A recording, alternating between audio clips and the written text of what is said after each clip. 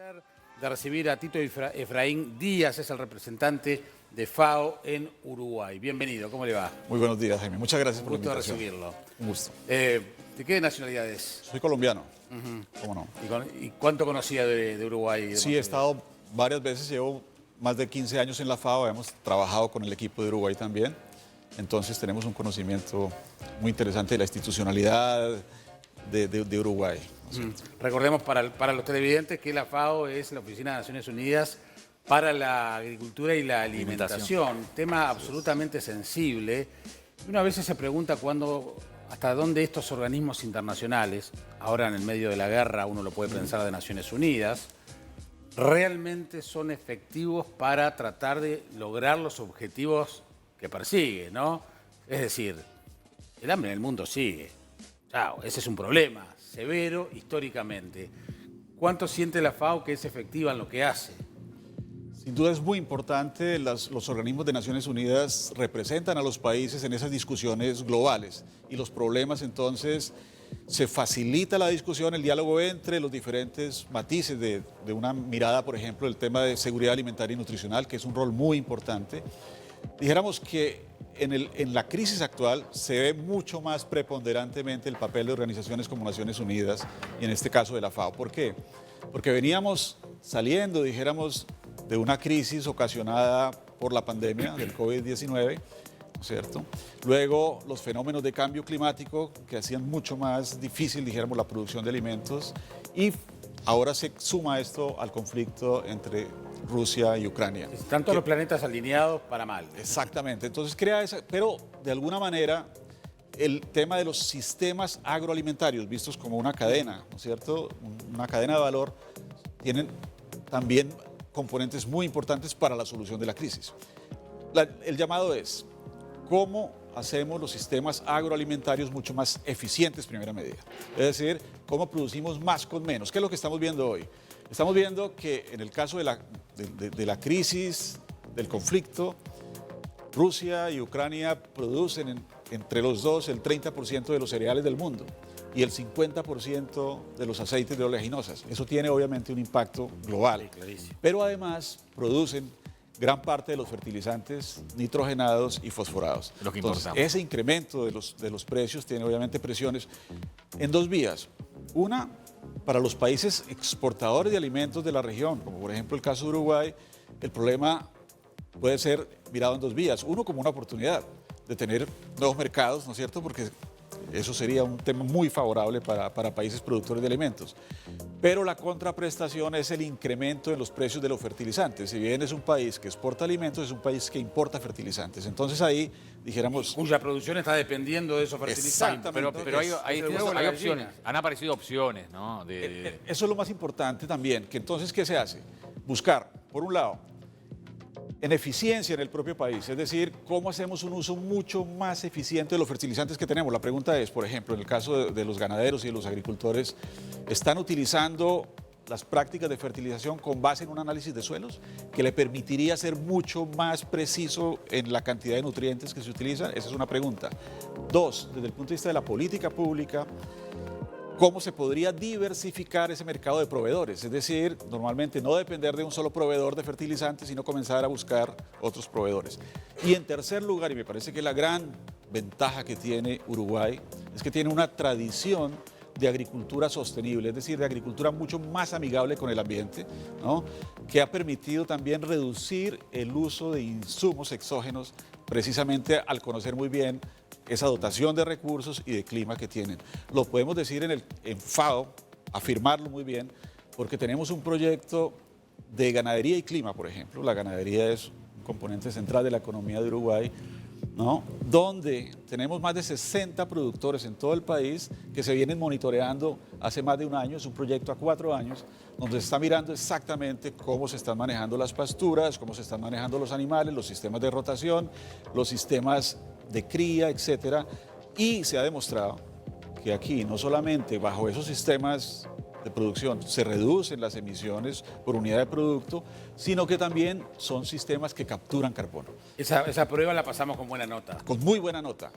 Es más, siendo como un referente para otros países de la región, lo importante ahora es, con esa evidencia que no solamente son cifras que se han generado en un centro de investigación, sino que salen de la realidad de los productores, poder dar el salto a la negociación internacional. Bueno, justamente cuando en su momento Bill Gates planteó la posibilidad de la carne carne. artificial, acá en Uruguay hinchamos el lomo inmediatamente por justamente eso. Tenemos la posibilidad de tener de las mejores carnes del mundo y de hecho en estos días hay 4 delegados de la Fundación Bill Gates, Melinda Gates, en este momento visitando frigoríficos, productores, para que vayan y le cuenten a Bill Gates que en Uruguay se puede comer carne de buena calidad. Sin duda, es decir, el tema de Bill Gates y la producción, dijéramos, de carnes artificiales, etcétera, que vienen desde el laboratorio, ¿no es cierto? En este momento es una cosa que se ve a un futuro lejano realmente, en la práctica, ¿no? Eso no quiere decir que no hayan experiencias muy puntuales, pero lo que estamos diciendo es, nunca, en términos de unas 2, 3 décadas, se va a poder sustituir la producción de carne natural, lo que tenemos. Por el tema por el tema de la salud, porque ahí está la gracia. Hay el tema de la salud, el tema de la cultura. ¿no es cierto? Perdón, ¿probaron las hamburguesas estas? ¿La probó? Artificiales, ¿La dices. probó? No las he probado todavía. Son muy buenas, lamentablemente, ¿no? Son muy buenas. Claro, pero entre una, lo que no son te, muy buenas. lo que no te Natural y garantiza, artificial, Martín, exacto, lo que no te garantiza es qué tipo de saborizantes, Es qué cara, tipo de aditivos y cara, tienen ahí, y cara, ¿cierto? muy cara. Entonces, es eso. Sí, es así. También hay un dato interesante que a mí me tocó presentar un libro el año pasado. Aquí no se tira nada vinculado al desperdicio doméstico de alimentos, ¿no? Hay un libro de Silvana Cabrera y Guillermina Bauer que se enfoca en el hogar, pero que se puede perfectamente extrapolar esos datos del desperdicio de alimentos, lo que se tira. Según datos de FAO, cerca del 30% de los alimentos en el mundo se desperdicia, se tira, y con la crisis alimentaria que hay en algunas realidades, embajador, ¿qué se puede hacer? Sí. Es algo que no tiene una justificación, esa pérdida de alimentos, no es ético, cuando hay todavía 20 millones de personas en América Latina que no tienen las 3 comidas diarias. Los promedios regionales son del 30%, sin embargo, en algunos productos, que son productos perecederos, esos valores pueden ser mayores. Más 30, grave, 40%. más inmoral todavía. Pero la ventaja que es, Uruguay ha hecho una tarea muy interesante y los promedios que tenemos nosotros de un estudio reciente que se hizo con una universidad en Uruguay, es que en el caso es el promedio del 14%, o sea, es el 50% del promedio regional, que ya es, obviamente, cualquier cifra que se pierda sigue siendo un problema, pero estamos hablando del 14%. 2, esto tiene una realidad también y es que depende mucho del nivel de ingresos de los países. En países menos desarrollados las pérdidas en la cadena son mucho mayores en la primera fase, es decir, producción y cosecha y poscosecha. En los países de mayores ingresos, desafortunadamente, y ahí está el tema ético y de la sociedad en general, se pierden después de la mesa. Es decir, Lo que se tira. Solo que se tira, ¿no es cierto? Que eso es... ¿Y qué es lo que se está haciendo? Hay varias estrategias, ¿no es cierto? En el caso de las pérdidas antes de la cosecha, tiene que ver mucho con infraestructura, por ejemplo, de acopio, redes de frío, tecnología para evitar, dijéramos, pérdidas de cosecha. Y de la mesa en adelante es un tema de conciencia pública, es un tema de información, de comunicación y de conciencia realmente. ¿no Y es va cierto? justamente a eso. Tenemos mucha información y ya eso depende de nosotros y de nuestra conciencia en cuanto a cómo cuidar el medio ambiente, cómo reciclar, cómo poner una cosa en un lado, en la otra, ayudar por lo menos a quienes después profesionalmente lo van a hacer. En cuanto a la alimentación no hay informaciones. Bueno, si te sobró esto, utilízalo en esto, se puede reutilizar. La pandemia ayudó a que nos quedáramos en casa y a que hiciéramos nosotros nuestros propios alimentos y capaz bajó ese porcentaje, pero ya abrió todo acá en Uruguay, salís a comer una milanesa, dejás la mitad, ya se fue. ¿Cómo podemos ayudar desde el lado de la comunicación? Yo creo que es fundamental, el lado de la comunicación es fundamental, campañas dirigidas, ¿no es cierto?, a despertar esa conciencia de la población, pero también a grupos poblacionales efectivos, porque a veces las campañas genéricas se pierde cierta precisión. Creo, aquí hay un tema. El entorno alimentario escolar es muy importante en cambios de patrones, de hábito, poder comenzar desde las etapas tempranas, ¿no es cierto? Entonces, escuelas, colegios y los padres de familia son un entorno muy importante para visibilizar este tipo de cosas, ¿no es cierto? Ahora, hay un tema muy interesante que llama la atención y es que los niños, los jóvenes tienen una mayor conciencia ambiental que nosotros los adultos. Y eso ya ha creado un entorno favorable. Ellos ya hablan de reducción de pérdida, hablan de cambio climático, hablan de no contaminar los ríos, huertas, los mares, de escuelas. huertas. Esta semana estuve hablando con el ministro de Salud de Uruguay, con el doctor Salinas, y tocábamos estos temas. Él decía, hemos hecho un tema muy interesante en el caso de Uruguay, que fue el decreto para el etiquetado frontal de los alimentos, que ya crea una medida importante, pero que no es suficiente. Es decir, hay que seguir avanzando en términos de educación nutricional.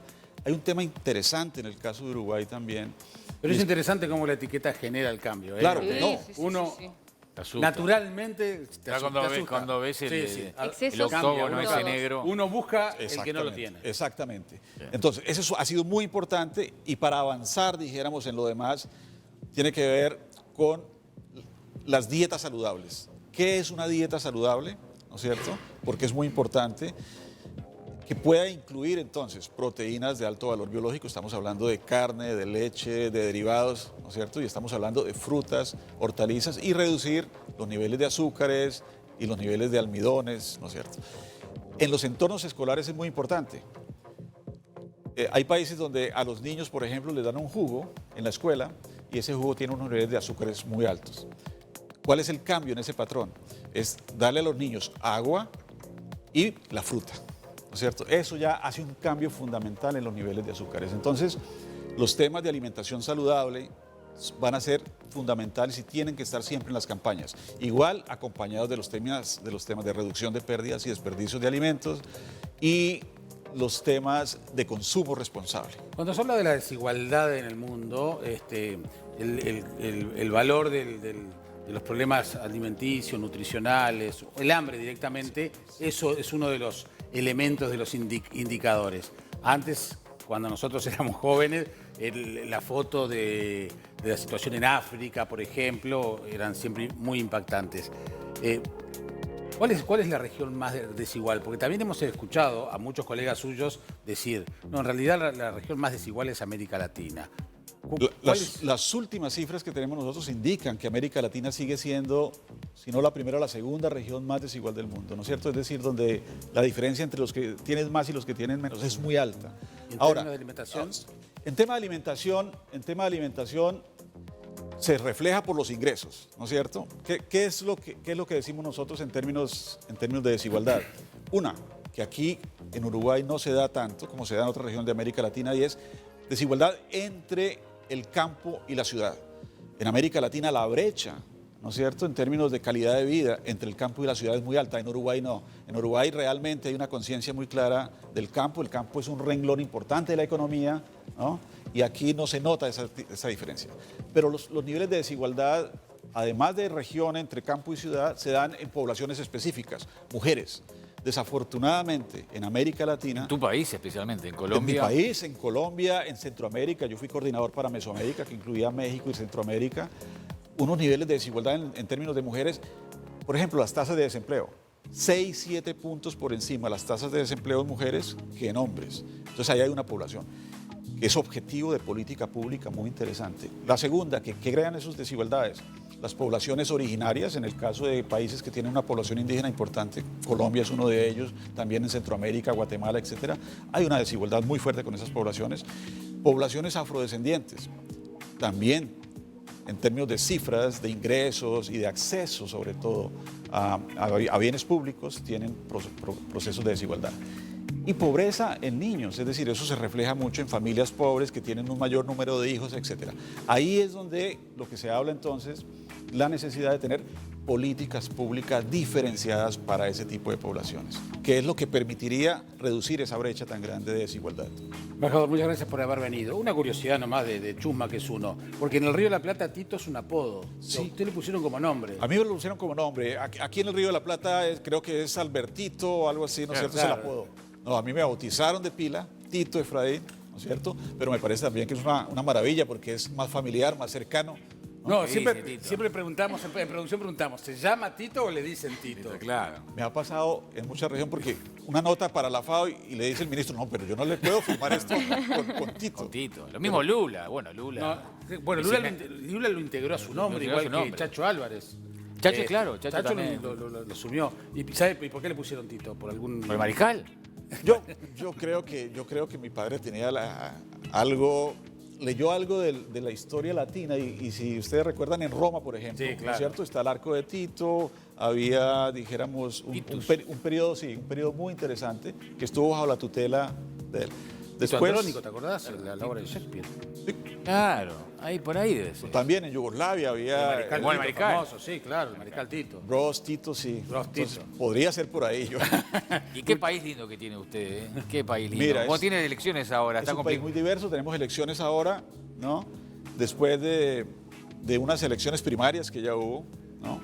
Y la idea es que realmente el país pueda de una vez por todas salir de ese conflicto, ¿no?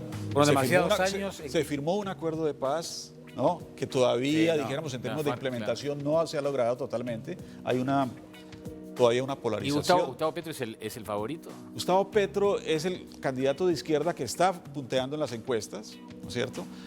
Porque de alguna manera las últimas políticas de la pandemia, etcétera, etcétera, acrecentaron esas brechas entre las poblaciones que más tienen y las que menos tienen. Entonces ahí se vuelve como a mirar de una manera un poco diferente el rol que tendría el Estado en una fase post-pandemia de recuperación, porque también, dijéramos que desde la apertura, ¿no? Nuestros gobiernos entraron en un modelo más público-privado que es bueno, ¿no? Pero que en épocas de crisis, dijéramos, el rol del Estado es fundamental en proteger a las poblaciones más vulnerables. Sin duda es así. Bueno, van a estar más en sintonía con Maduro, me parece. No, ese es un tema que yo creo que no se puede comparar, la verdad, ¿no? Es decir, ¿por qué? Voy a ponerlo así, en términos... No debería yo hablar de mi país porque realmente no ese es el objetivo, ¿no? Vengo en representación Está bien. de una organización que es... Por eso... Lo entendemos, lo entendemos. Pero es simplemente... Pero déjalo, Jaime, déjalo. No, mira, Pero está confiando en un compromiso. no, por eso, espero que esto no esté al aire. Porque es un país que tenía una economía dependiente del petróleo durante mucho tiempo, ¿no es cierto? Y los otros sectores no estaban desarrollados. Entonces, en el momento en que se cae la industria petrolera en Venezuela, obviamente la crisis es. En el caso de Colombia, nosotros tenemos una economía que no depende, ¿no es cierto?, del petróleo, a pesar de que somos exportadores de petróleo. Tenemos una formación de recursos y de talento humano muy importante, ¿no es cierto? Y es un país, dijéramos, que tiene sectores muy fuertes en términos de la economía internacional. Entonces, ese riesgo, dijéramos, nosotros no lo vemos realmente, pero es la población la que decide realmente qué tipo de gobernantes quiere. Gracias por venir, Gracias por venir. Muchas gracias.